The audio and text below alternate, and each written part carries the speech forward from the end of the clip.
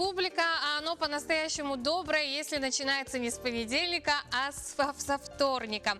В эфире программа «Новый день», и с вами дежурный эфира Катерина Винокурова и Иван Луцкан. И в ближайшие 2 часа вместе с вами будем мы, а также наши коллеги из якутского блока Айта Константинова и Петр Кулаковский. Доброе утро. Прошедшие выходные были не просто праздничными, но еще и различными насыщенными событиями. Так, молодежь отмечала праздник Хэллоуин, к нему можно относиться по-разному, но если он создает хорошее настроение и никому не вредит, почему бы ему и не существовать. Также был вчерашний день ознаменован праздником Днем народного единства, Днем дружбы народов. По стране прокатилось огромное количество различных мероприятий, акций, и Якутия стала в этом не исключением. У нас тоже проходили огромное количество разных патриотических акций, связанных с этим днем. А сегодня, пожалуй, как никогда будет актуальной фраза «я бы с ним в разведку пошел» или «не пошел». Ежегодно в этот день, 5 ноября, отмечается профессиональный праздник – День военного разведчика. Поэтому мы поздравляем глаза и уши вооруженных сил с профессиональным праздником. Ну а за эти выходные дни наш WhatsApp абсолютно не изменился. 8 914 279 22 62. Туда вы можете отправлять свои WhatsApp сообщения с поздравлениями, приветами. Можете хотите поделиться какой-либо новостью или мероприятием, которое пройдет в ближайшее время. По возможности мы обязательно зачитаем это в прямом эфире и пригласим на ваш праздник наших телезрителей. Ну а далее знакомимся со свежим прогнозом погоды на день 5 ноября. Итак, сегодня в центральных Улусах в 6 часов утра температура воздуха составила -11, -13 градусов. Днем ожидается -12, -13. В Заречье утром -10, -12, днем -9, -13. В южных Улусах -12, -13 утром, -15, -16 днем. В Вилюйских Улусах -16, -18 утром, днем -15, -18 градусов. В Нижнеленских Улусах -16, -22 утром, днем от -14 до -24. В Западных Улусах -12, -21 утром, днем -15, -21 градус. В Колымендигирских Улусах -16, -30 утром, днем -7, -18. В Янских -16, -22 утром, днем -13, -15 градусов. В северо-западных Улусах -18 и -30 утром, днем -22, -33 градуса. В 6 часов утра температура воздуха в городе Якутске составила -13 градусов. Атмосферное давление 756 миллиметров ртутного столба. Ветер северо-западный 4,9 метров в секунду. Днем в городе Якутске температура воздуха составит -11, -13 градусов.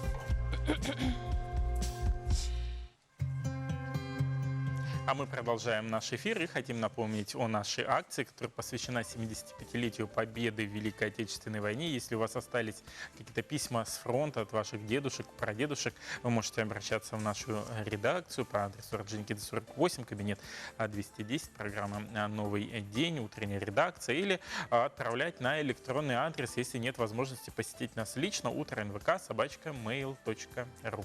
Также все вопросы мы ждем на наш директ в нашем аккаунте «Утро НВК Саха». Поэтому, если у вас возникнут вопросы, пишите нам, мы обязательно вам ответим. Ну а далее передаем слово нашим коллегам из информационной службы, после чего обязательно увидимся с вами. Оставайтесь с нами.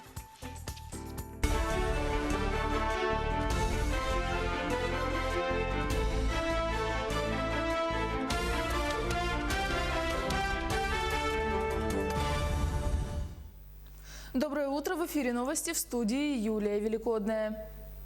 Заседание Совета по русскому языку проведет сегодня президент Владимир Путин, на котором будут рассмотрены вопросы реализации закона о госязыке. В пресс-службе Кремля сообщили, что участники заседания также рассмотрят вопросы поддержки и популяризации русского языка и литературы за рубежом, подготовки к празднованию 225-летия со дня рождения Пушкина. Кроме того, сегодня, 5 ноября, Путин примет в Кремле представителей движения студенческих отрядов, которое в этом году отмечает 60-летний юбилей и 15-летие современного этапа развития. Целесообразность введения штрафа для автомобилистов за превышение скорости на 10-20 км в час проработает дополнительно МВД России. Ранее премьер-министр Дмитрий Медведев поручил до 2 декабря проработать этот вопрос. В настоящее время нарушение скоростного лимита до 20 км в час не штрафуется. В Минтрансе в апреле заявляли, что поддерживают установление административного штрафа в 500 рублей за такое нарушение правил дорожного движения. Помимо этого, госавтоинспекция предлагала увеличить штраф за превышение скоростного режима на 20-40 км в час с 500 до 3000 рублей и лишить систематических нарушителей правил дорожного движения возможности оплатить штраф с 50% скидкой. В России исчезают популяции диких северных оленей. На Таймыре их число сократилось в 2 раза. В Якутии осталось в живых менее 2000 особей. Заместитель главы Минприроды Республики Николай Дадохов подтвердил, что с яно-индигирской популяцией дело обстоят плачевно. В период 90-х, когда был правовой коллапс, авиаучетные работы не велись из-за неконтролируемой охоты. Яно-индигирская популяция дикого северного оленя почти исчезла. С начала нулевых квоты на их добычу не выделялись, отмечает замминистра. Для сохранения численности и миграционных путей на оленекской и таймырской популяции Всемирный фонд дикой природы выделил грант на приобретение GSM и на рейдовые мероприятия по охране и мониторингу диких северных оленей, поясняет Дадохов. По словам чиновника, вопрос сохранения дикого северного оленя находится на контроле главы Якутии. Забота о старшем поколении является приоритетом социальной политики в нашей республике. Об этом накануне заявила уполномоченная по правам человека в Якутии Сардана Гурьева в ходе акции «Забота о ветеранах». Ее провели в рамках праздничного концерта «Русской души. Святая краса», посвященного Дню народного единства. Для подопечных Якутского дома-интерната престарелых и инвалидов выступили народные танцевальные и вокальные ансамбли. Также постояльцам подарили теплые вещи.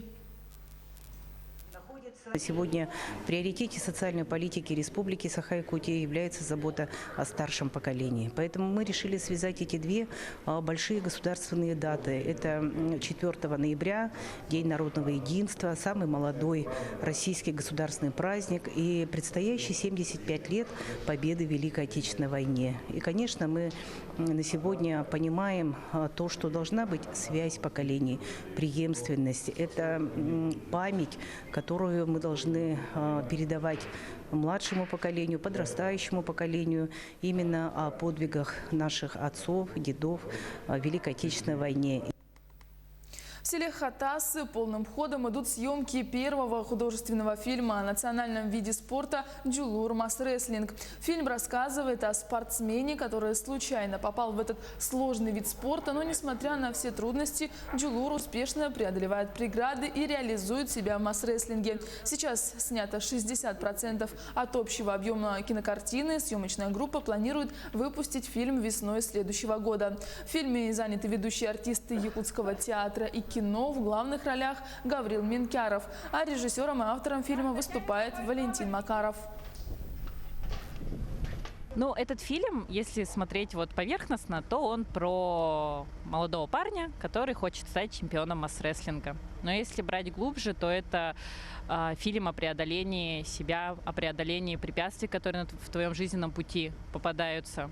Вот. И масс-рестлинг в каком-то смысле как метафора идет к фильму. Вот. И очень важная тема там затрагивается про детей. Тоже не буду раскрывать все секреты. Посмотрите в фильме. Оставайтесь с нами, мы следим за развитием событий.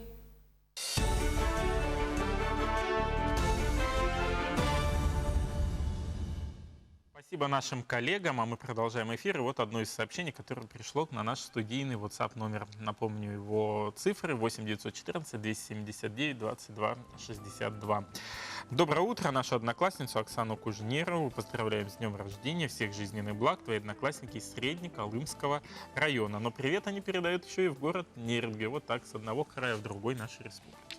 А еще мы хотим сегодня объявить о нашей новой рубрике «Лайфхаки». Наверняка у каждого из вас есть какие-то свои маленькие секреты, которые вы используете в быту, в кулинарии и в других различных сферах, и маленькие хитрости, что значительно упрощает нашу жизнь и экономит, конечно же, самое дорогое – это время. Поделитесь ими с нами, отправив видео в наш директ, в аккаунт Инстаграма «Утро НВК Саха». За самые оригинальные лайфхаки мы будем одаривать призами и показывать в рамках нашей программы. Иван Петрович, а у тебя есть какие-нибудь лайфхаки, которые ты используешь в жизни? Ну вот, знаешь, актуален на сегодняшний день. Единственное, наверное, ну вот лайфхак слово-то такое, да? Ну, жизненный совет назовем его, да? Снег идет, машину засыпает. Вот возьму картонку, да, перекрою лобовое стекло, потом прихожу, хоп, снимаю и сразу поехал. Лайфхак? Вот, можешь отснять, и мы покажем обязательно Да, в нашей было бы программе. весело. Ну вот, не знаю, какой жизненный совет дать людям по теме нашей следующей беседы. Я не знаю, есть ли лайфхаки в уплате налогов. Скоро подходят сроки по уплате налогов. Мы поговорим как раз об этом с нашей гостьей Мариной Николаевной Щербаковой, заместитель начальника отдела по работе с налогоплательщиками Управления Федеральной налоговой службы по Республике Саха-Якутия. Доброе утро, Марина Николаевна. Утро. Доброе утро. Ну, основные изменения, да, касающиеся предпринимателей. С 1 января 2021 года изменяется спецрежим по ЕНВД, но с 2020 года попадают 3 категории предпринимателей, которым уже нужно подать заявление на изменения. Это те, которые занимаются маркировкой меховых изделий, продажей обуви и лекарственными препаратами. Получается, им надо уже подходить до конца этого года, чтобы написать заявление на другой вид деятельности. То есть обязательно надо подойти к вам, да? Да, нужно подойти по месту учета в свою налоговую инспекцию. А что с собой необходимо иметь? Паспорт и написать заявление, какой вид они выберут. Упрощенка или что. А помогут ли там оформить как-то заявление? Конечно, наши специалисты налоговые? инспектора помогут ответить на все вопросы, проконсультируют. То есть бланк заявления будет там на Да, месте, да? То да. есть не нужно где-то распечатывать. Мгм. А как вот влияет своевременная уплата налогов на фиксированные платежи? Ну, когда вы уплачиваете фиксированные платежи своевременно предприниматели, то она в будущем влияет на стаж пенсионный. Если человек, предприниматель, не уплатил вовремя фиксированные платежи, у него, получается, стаж не идет пенсионный. Вот. Это Она- вот, да, это касается только индивидуальных предпринимателей или еще какой-то категории? Именно индивидуальных предпринимателей, которые уплачивают за себя фиксированные платежи. И вот срок уже приходит, до 31 декабря нужно уплатить. Вот за какой период необходимо оплачивать? Вот сейчас взнос. Ну, сейчас уже некоторые оплачивают за год фиксированные платежи, некоторые за 4-й квартал оплачивают. То есть, в принципе, авансом можно спокойно Да, платить. можно авансом, но рекомендуется оплачивать ежеквартально. А с чем это связано? Если они оплачивают ежеквартально, то это влияет на льготу, получается. И НВД – это тот налог, который предоставляет льготу именно за отчетный период. А какую сумму он сейчас составляет? Так, ну, фиксированные платежи по ОПС у нас больше 29 тысяч, по медстрахованию более 6 тысяч. Это в год? Это в год. Ну то есть сумма Да, тоже ежеквартально достаточно получается, да, меньше. небольшая. А вот сроки по оплате имущественных налогов. Вот сейчас активно и уведомления люди Да, получают, у нас информация сейчас везде. идет срок уплаты налогов, так, 1 декабря получается срок уплаты. Но в этом году 1 декабря у нас выпадает на выходной день, поэтому 2 декабря – это крайний срок уплаты налогов. Но хочется заметить, что все подошли вовремя, чтобы оплачивать. Не надо ждать. Если вы опоздаете, у вас начнутся идти просрочка пеня. Если у налогоплательщиков возникают какие-то спорные моменты, куда обращаться и какие действия? Но если есть спорные моменты, но лучше подойти по месту жительства, в свою инспекцию, например, 10-й микрорайон. 10-й микрорайон, 23-й корпус. И на ваши вопросы ответят сотрудники. Если нет таких вопросов, то лучше воспользоваться личным кабинетом налогоплательщика. Там вы посмотрите свои налоги, объекты, по которым у вас идут налогообложения. А часто возникают такие споры, какие это вопросы обычно? Ну, не очень часто. Ну, чаще это, видимо, стоимость, да, вот кадастровая стоимость недвижимости и Да, ну, исчисление налогов. Это нужно уже, если вопросы идут по кадастровой стоимости, то, во-первых, нужно обращаться в Регпалату, в Росреестр, получается, чтобы уточнить стоимость кадастровой.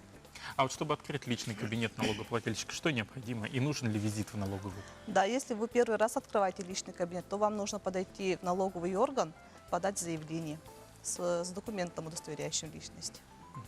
Спасибо большое, Мария Николаевна, что подошли к нам в студию. Хочется пожелать, чтобы ко 2 декабря почти 100% населения уплатило все-таки налоги, и спокойно налоговая служба продолжала свое несение службы. Спасибо, удачного дня. Знаете ли вы, почему сменяются времена года и сколько камер в сердце человека? Я знаю, Ну, что я-то Иван знаю. Петрович точно знает, сколько камер. Правильные ответы мы обязательно найдем в нашей еженедельной школьной рубрике.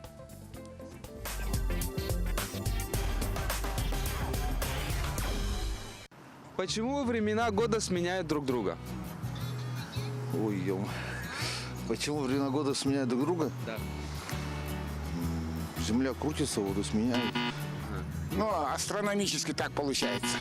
Ну, потому что земной шар не стоит на месте, он крутится, и вот меняется все. Она отдаляется от Солнца. Бог сделал так. Кружит, ну, вокруг орбиты кружится и отдаляется от Солнца. Из-за наклона земной оси.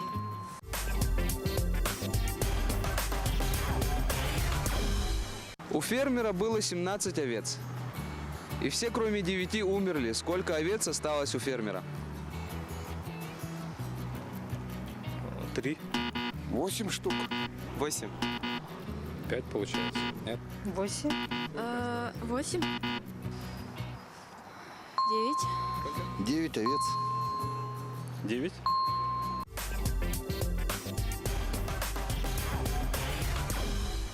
В какой стране находится центр Европы?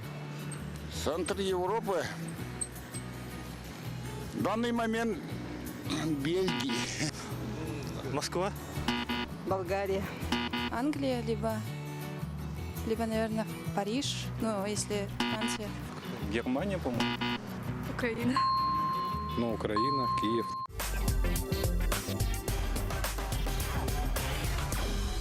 Кто такой Николя Тесла? Тот, который электричество сделал. Создатель электроники, да? Знаменитый этот ученый, физик, там такой этот маг немножко. Николя Тесла – это физик, первооткрыватель катушек. Ну, физик сербский.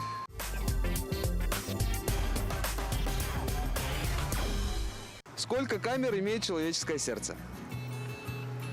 7, наверное. 3. 6. Двухкамерное сердце, по-моему, да? 2 вроде. 2. 4. 4.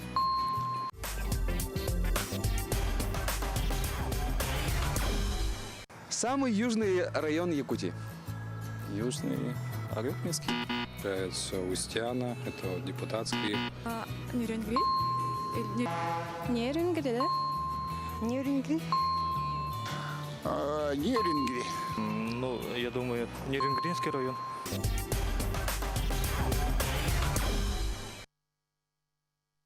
Хорошо, что все справились. Я вот только на одном вопросе сначала не понял, а потом понял. Это про 17 овец, и все умерли, кроме 9. Ну, такой, на логику. Мы хотим напомнить вам про наш WhatsApp номер, абонент МТС 279-2262, на который прямо сейчас поступило еще одно сообщение. Доброе утро, новый день. Хочу пожелать своим дочерям Динаре и Далине прекрасного нового веселого дня. Каникулы закончились, вперед с новыми силами к новым вершинам. С любовью, папа и мама. Пишите к нам на наш WhatsApp номер, и вот Катерина любезно зачитает все сообщения. Обязательно. Ну а пока мы продолжаем. 26 октября в республике состоялась первая республиканская игра, называлась она «Модель Илтумен», и поговорим мы сейчас с гостями нашей студии, это участники этой игры. Алена Алексеева, ученица 8 класса Национальной гимназии города Якутска, воспитанница Республиканского ресурсного центра «Юные якутяне». Доброе утро, Алена. Доброе утро. И Дмитрий Яковлев, ученик 10 класса Мархинской средней общеобразовательной школы, тоже воспитанник воспитанник Республиканского ресурсного центра Юан Якутяне. Доброе утро. Доброе Дина. утро. Доброе утро. Расскажите, что это была за игра? Ну, сперва я хочу поблагодарить директора Юной Якутяне Варвару Альбертовну и Ольгу Николаевну. Модель Илтумен – это такая ролевая игра, где дети выступают в роли депутатов. Вот. Еще были спикеры, секретариат. Вот. Игра на республиканском уровне, Да. значит, принимают в ней участие все школьники Якутии, да? Да. Правильно. У нас были Нерингринский район, Намский, Жатайский. Вот. Определенно какие-то классы или... От 6 по 11. И были еще студенты, они были тьюторами. Ну, с вашей, да, конкретно вот с одного заведения по несколько учащихся, да, Да. принимало участие? Да. А с кем Класс. удалось пообщаться, с кем, может быть, удалось наладить дружбу? Ну, Я С отвечу. кем-то обменялись? Да, Дим, конечно. Ну, так сложилось, что вот на подобных мероприятиях у нас участвует большинство детей, с которыми мы уже знакомы. А так, мы очень хорошо пообщались с депутатами Государственного собрания Ильтумен, с депутатами прошлого созыва, с депутатами нынешнего созыва. Мы узнали, как они работают, спросили у них о многих вещах. И, ну, в общем, мы с ними вместе поработали, они нам помогали, и мы узнали, какая у них работа. А вот что необходимо было для того, чтобы попасть на эту игру? Какие-то этапы, возможно, ну проходить? да, опыт новенькие, так сказать. Они писали эссе и проходили скайп-собеседование. А собеседование с кем? Со мной, я экспертом была. А, ты даже уже экспертом была. Молодец. А вот эссе на какие темы ребята писали? Сперва это было, если бы я был депутатом, а потом уже изменили на тушение лесных пожаров. Это повестка первая.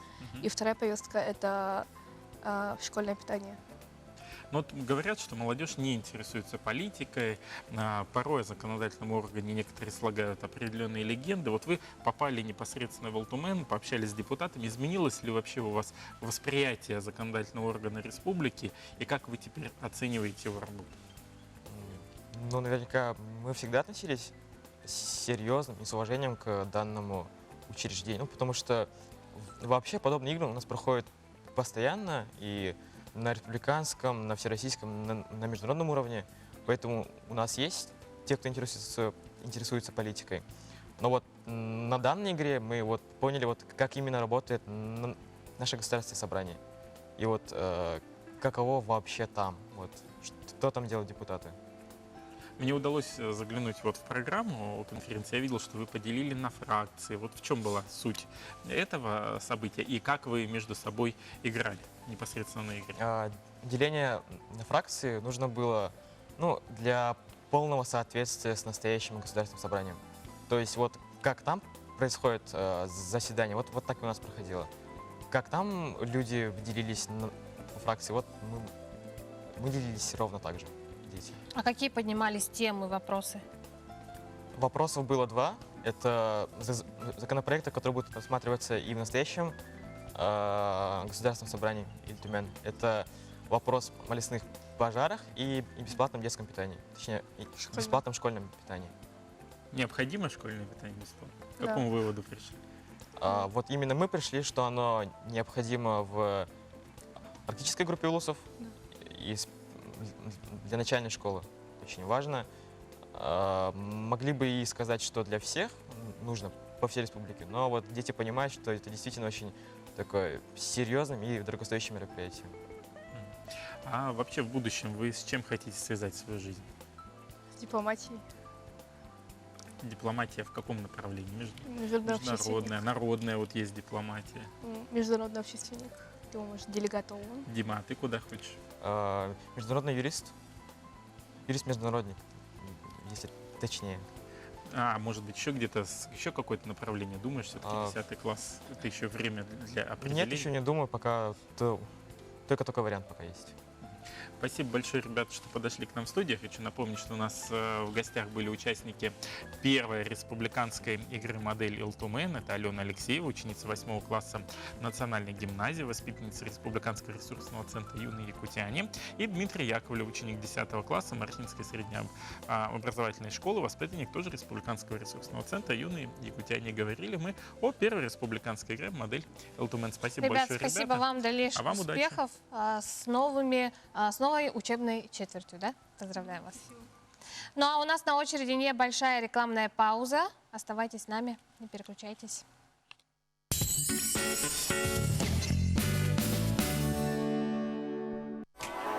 Сахамук менталитета, өйө санаата сиера майгыта, онуха интеллигенция орула, урут, уанна билиңни кемгеден, судурпута сух кемеге, билим доктора профессор Никита Диевич Архиповтын сәһәргейі. Ал лукмас, алтынны 6 күнігер, сәредеге, кие 6 час 15 минутеге. Көрің, сәңәрің, санағытын үллестің. Билген жете хотыры социальный хитинге тақсар детенне bir эмәксен булбуттар, манна бик кыҗага булбуттар, кантан хиҗерен адрыгын билбәтеген денсе. Бу ярга ким көрөктәгәй. Түйәйнер дәттән сәрәт яка сөп тойден, онна бу түйәй бит киһе чугас җунун эрәк калгата дойден ыйтыларга хорыйдык бут.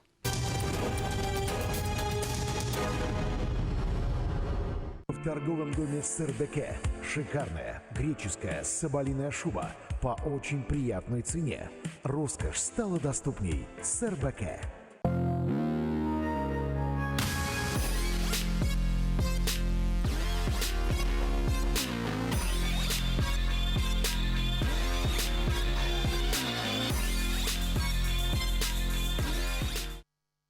В магазине «Морозко» скидки до 6000 рублей с пары. Унты «Морозко» согреют вас в суровой якутской зимой.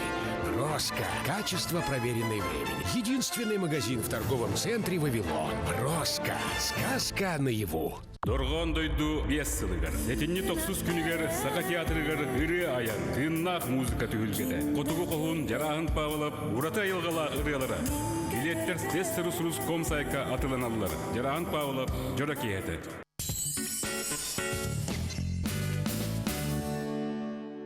Доброе утро, дорогие телезрители. Мы продолжаем новый день на канале НВК Саха. Хочется напомнить, что сегодня вторник, 5 ноября. Да, ноябрь уже вступил в свои права.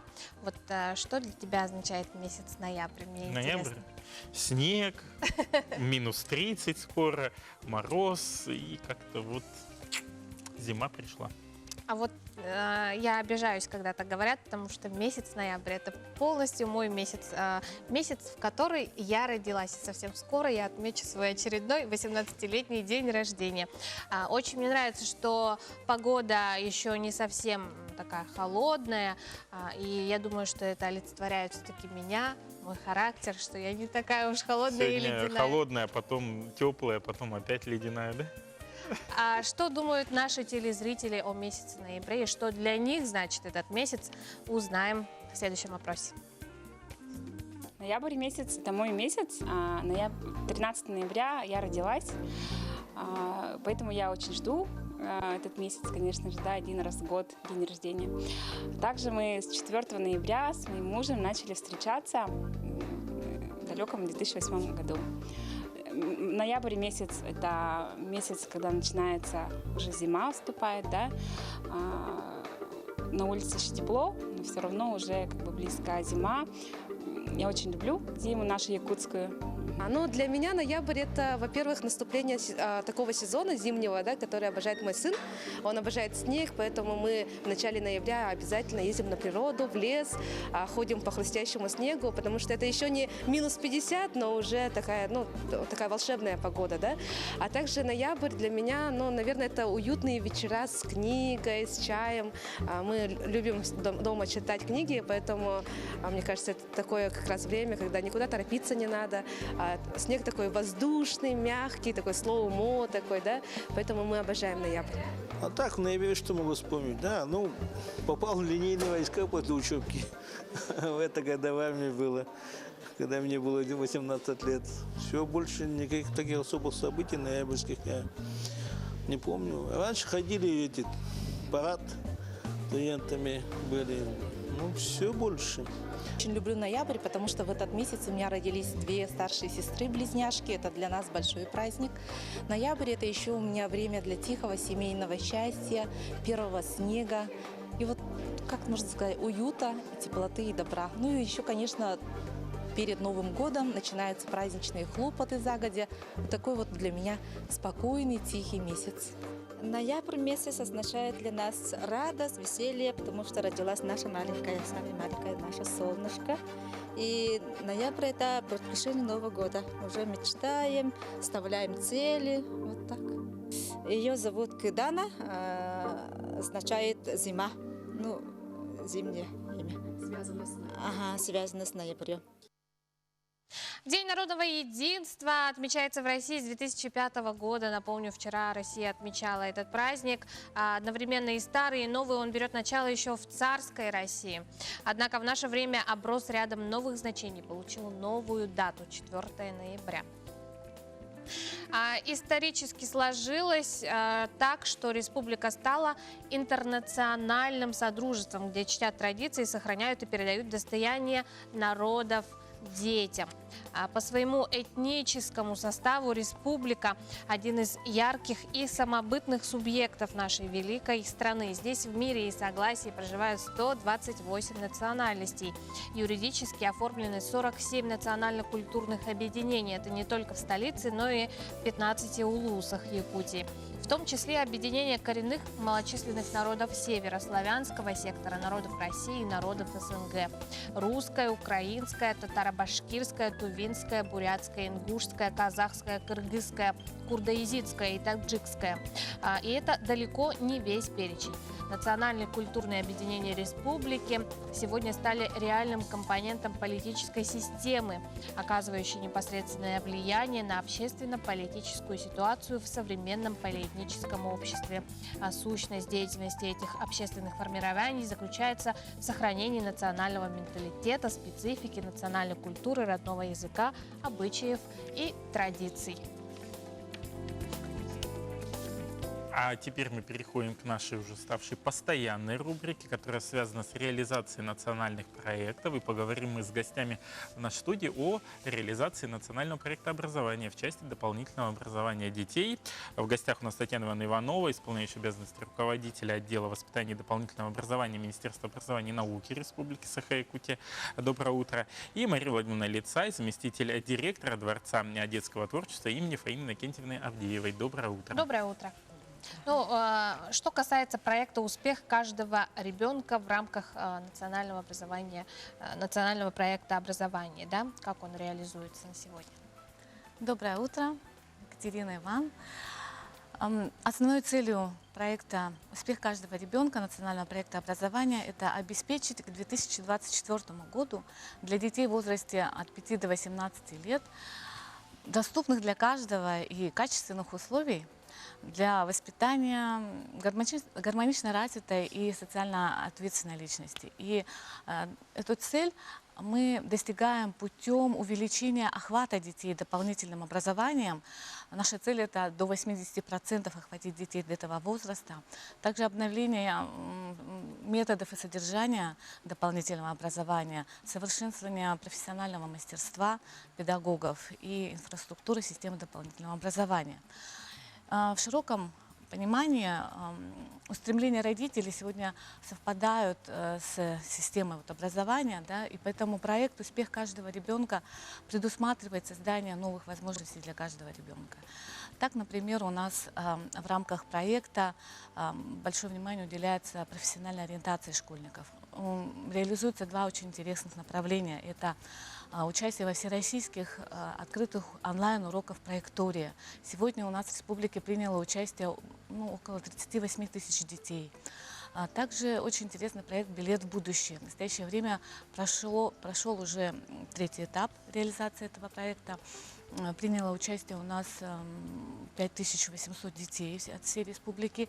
И следующим этапом у нас является участие этих детей в профессиональных пробах. То есть каждый ребенок может теперь пойти вот на площадках, которых мы им предоставляем, попробовать себя в той или иной компетенции. Вот 6 октября вот в рамках проекта «Успех каждого ребенка» на базе Северо-Восточного федерального университета у нас открылся Дом научной коллаборации.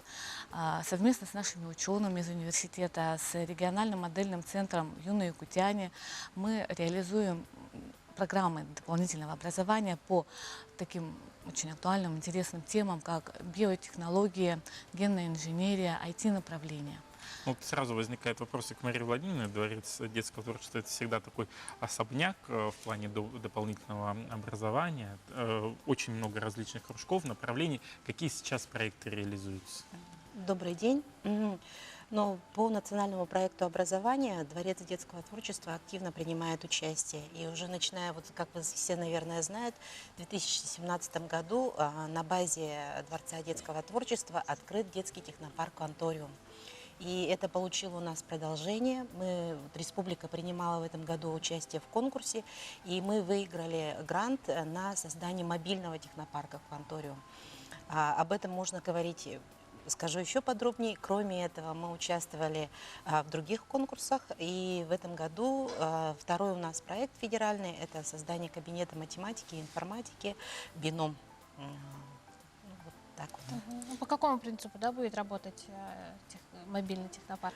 Мобильный технопарк «Кванториум» – это, он на самом деле мобильный, то есть это будет какое-то автомобильное средство, которое будет оснащено всем технологическим оборудованием, которое же есть в нашем детском технопарке «Кванториум», и совместно с педагогами и на местах, и наши педагоги будут выезжать в населенные пункты и оказывать вот эти дополнительные программы.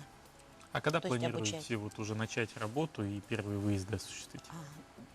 Мы в этом году, в 2020 году должны получить федеральное финансирование, закупить вот это автотранспортное средство совместно вот с Министерством образования и выехать уже, мы надеемся, что к 1 сентября мы все процедуры проведем и начнем работу с нового учебного года. Татьяна, Мария Владимировна сказала, что не получает федеральное финансирование. Я так понимаю, что в рамках этого проекта есть какие-то федеральные гранты, поддержка. Вот кто может в них принять участие? Вот в этом году, в 2019 году, мы принимали участие, наша республика, да, на предоставление грантов юридическим лицам. И вот именно участие в этих грантах могут принимать участие общеобразовательные школы в том числе. Так, например, у нас Хатасская школа имени Самсонов в этом году выиграла такой грант на реализацию очень интересного проекта по агрокубу. Также победителем является наш Сосновый Бор, Центр отдыха и оздоровления, который уже реализовал очень интересный проект по международной летней школе. Это вот в рамках как раз-таки проекта «Успех каждого ребенка». И в части предоставления субсидий с федерального бюджета вот у нас выиграл Дворец детского творчества в 2020 году на реализацию проекта по мобильному «Кванториуму», а также в 2021 году у нас будет реализован проект по созданию регионального центра по выявлению, поддержке и развитию талантливых детей и молодежи республики. Вообще, какие еще цели стоят перед проектом «Успех каждого ребенка»? Цель у нас действительно охватить детей дополнительным образованием до 80% в возрасте от 5 до 18 лет. Для этого, конечно, в нашей республике создаются все условия. И мы считаем, что дополнительное образование детей – это ключ к успеху каждого ребенка. Татьяна Ивановна, Мария Владимировна, спасибо вам за участие в нашей программе. Отличного дня. Хорошего настроения. Работы. Спасибо. А сейчас мы прервемся на короткую рекламную паузу. Оставайтесь вместе с нами.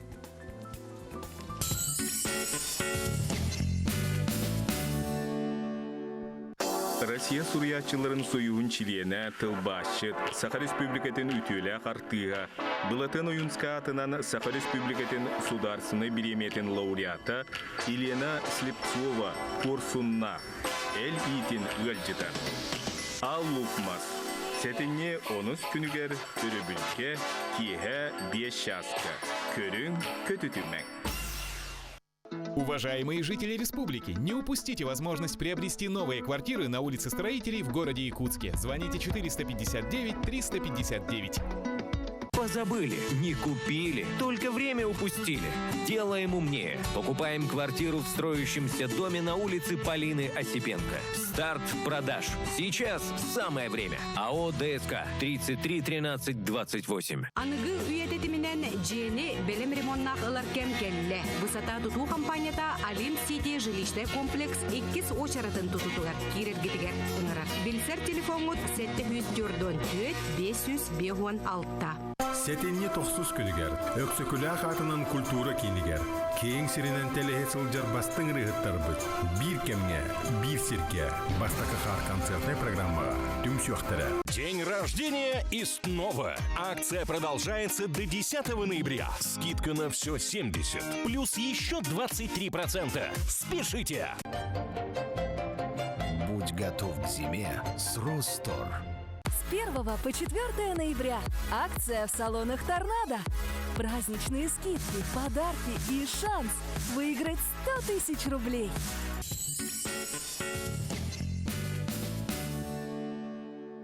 А мы Доброе продолжаем утро. наш эфир. Да, доброе утро всем. И Екатерина хочет рассказать немного о погоде. Давайте ознакомимся.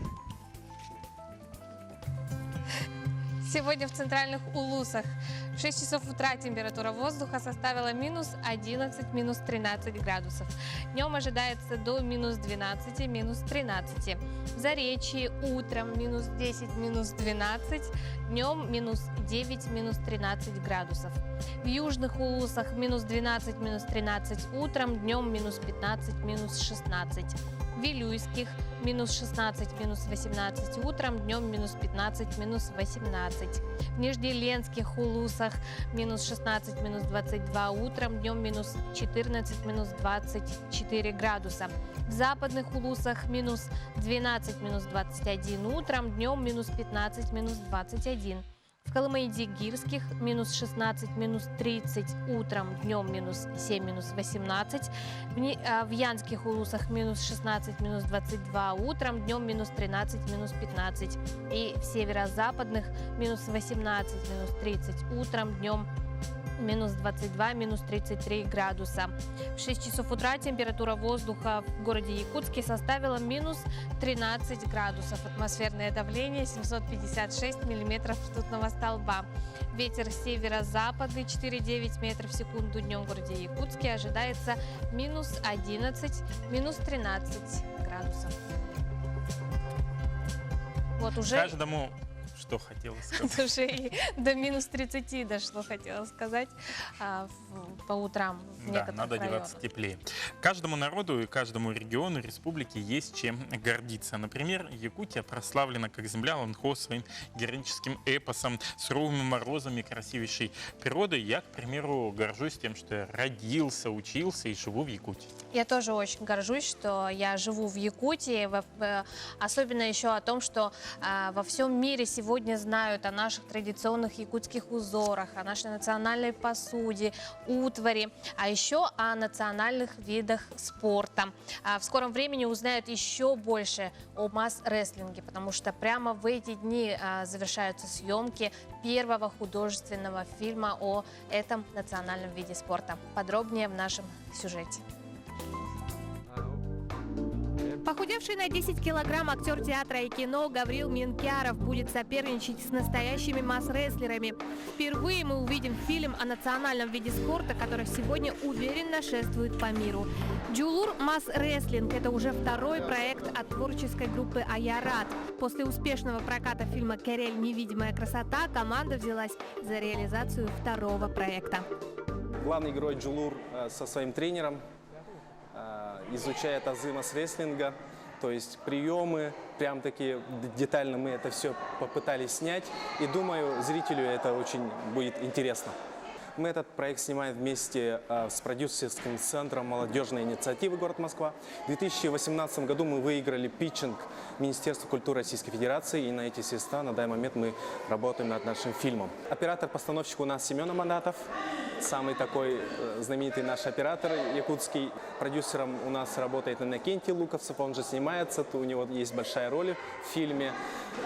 Художественный постановщик у нас Аргалана Скрябина, и второй режиссер мой Ира Бугаева. у нас очень хорошая команда, и я прямо горжусь своей командой и очень рад с ними работать.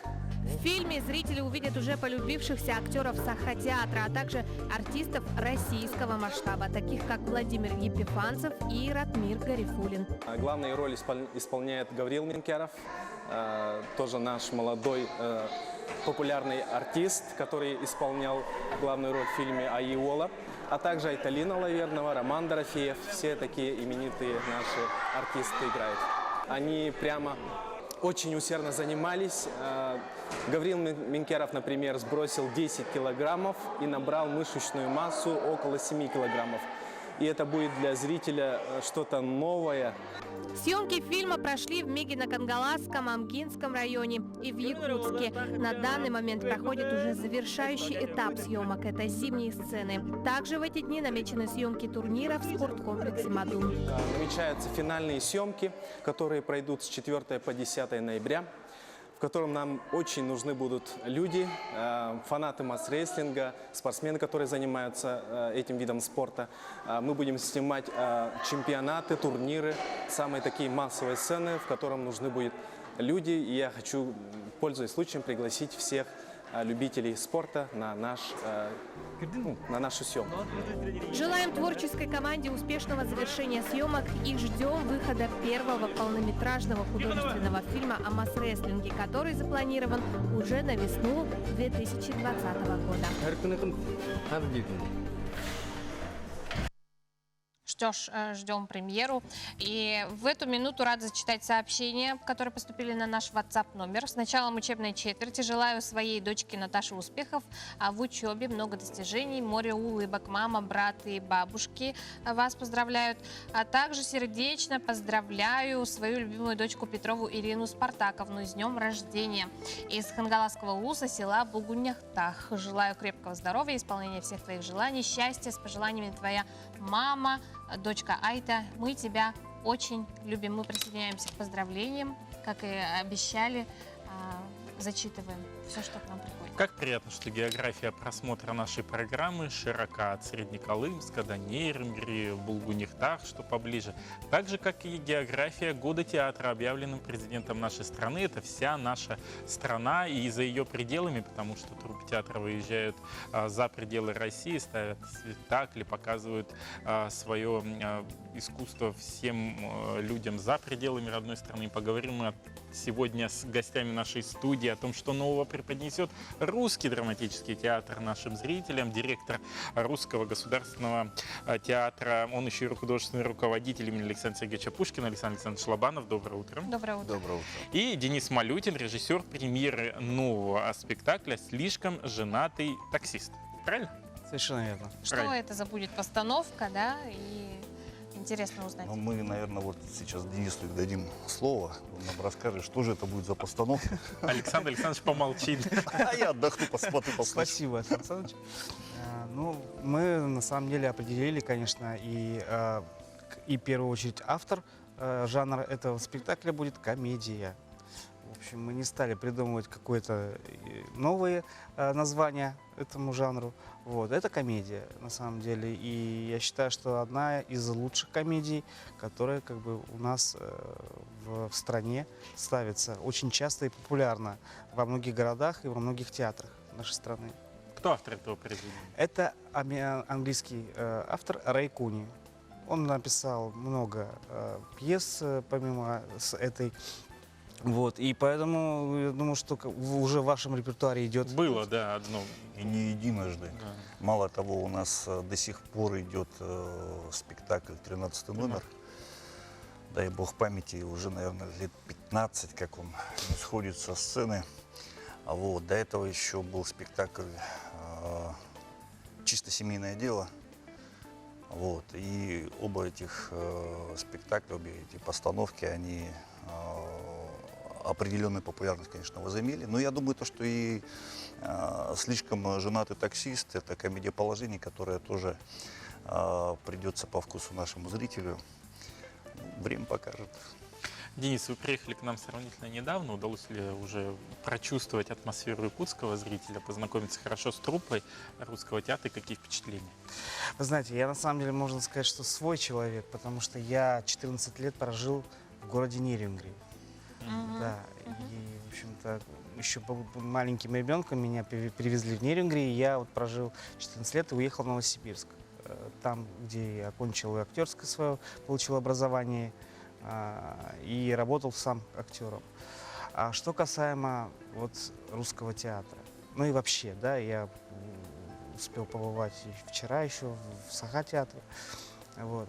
Здесь, в русском театре, определенно видна тенденция профессионального театра, потому что актеры настолько готовы работать, включаются сразу в работу. И для меня это было как бы действительно очень приятным, да, событием, то, что как бы ребята